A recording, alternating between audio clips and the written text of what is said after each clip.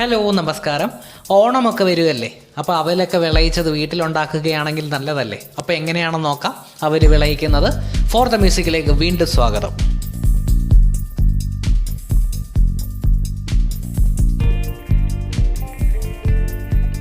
നമുക്ക് ആവശ്യം വേണ്ട സാധനങ്ങൾ: ആവശ്യത്തിന് മുന്തിരിയും നട്ട്സും, 2 ടീസ്പൂൺ കറുത്ത എള്ള്, 2.5 ടീസ്പൂൺ ഏലക്ക പൊടിച്ചത്, അപ്പോൾ അതിനുള്ള ഏലക്ക നമ്മൾ എടുത്തു വെക്കുക, ഒരു ചെറിയ കപ്പിൽ കടലപ്പരിപ്പ്, 2 ഉരുണ്ട ശർക്കര, 1 ടീസ്പൂൺ ചുക്കുപൊടി, 2 ടീസ്പൂൺ നെയ്യ്.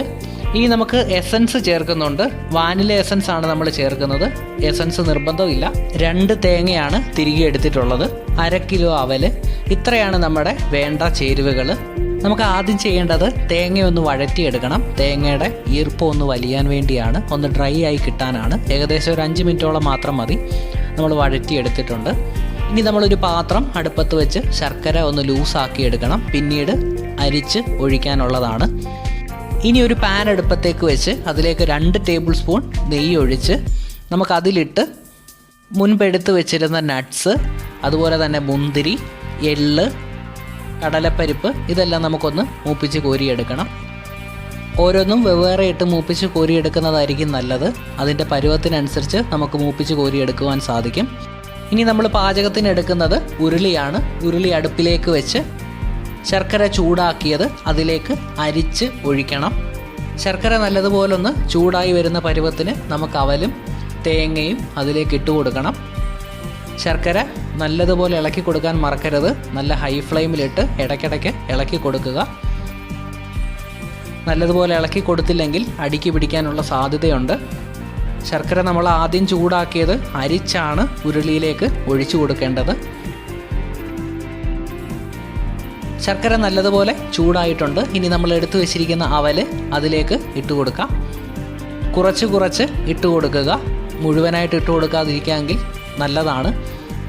ശർക്കര അവലിലേക്ക് നല്ലതുപോലെ പിടിച്ചോളും കുറേശ്ശെ ഇട്ട് കൊടുത്താൽ. നമ്മളിവിടെ 2 ഉണ്ട ശർക്കരയാണ് ചൂടാക്കി എടുത്തത്. അതുപോലെ 1/2 കിലോ അവലാണ് നമ്മൾ എടുത്തിട്ടുള്ളത്. നല്ലതുപോലെ ഇളക്കി കൊടുക്കാൻ മറക്കരുത്. ശർക്കര നല്ലതുപോലെ അവലി പിടിക്കുന്ന പരുവത്തിന് ഇളക്കി കൊടുക്കുക.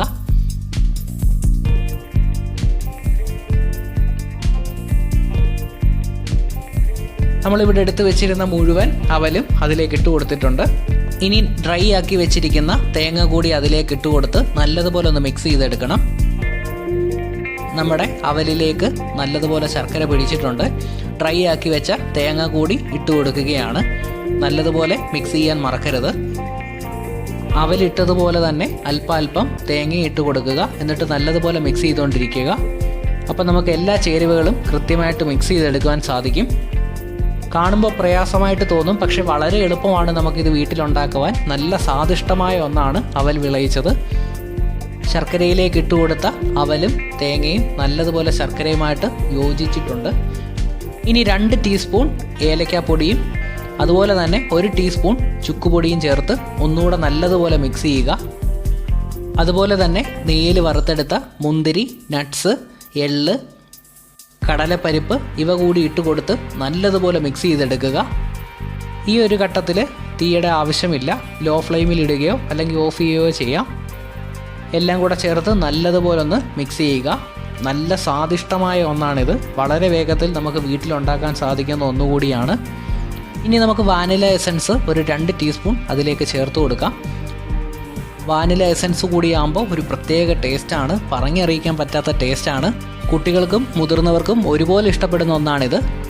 അങ്ങനെ നമ്മുടെ അവല് വിളയിച്ചത് റെഡി ആയിട്ടുണ്ട്. നിങ്ങൾ ഒന്ന് ട്രൈ ചെയ്ത് നോക്കുക. നിങ്ങൾക്ക് ഈ വീഡിയോ ഇഷ്ടപ്പെട്ടെങ്കിൽ ലൈക്ക് ചെയ്യാൻ മറക്കരുത്. ഒപ്പം നമ്മുടെ ചാനൽ കൂടി സബ്സ്ക്രൈബ് ചെയ്യുക. ഒപ്പം കാണുന്ന നോട്ടിഫിക്കേഷൻ ബെല്ലമർത്താനും മറക്കരുത്. നിങ്ങൾ തരുന്ന വലിയ സപ്പോർട്ടിന് ഒരുപാട് നന്ദി. അപ്പോൾ നമുക്ക് വീണ്ടും കാണാം.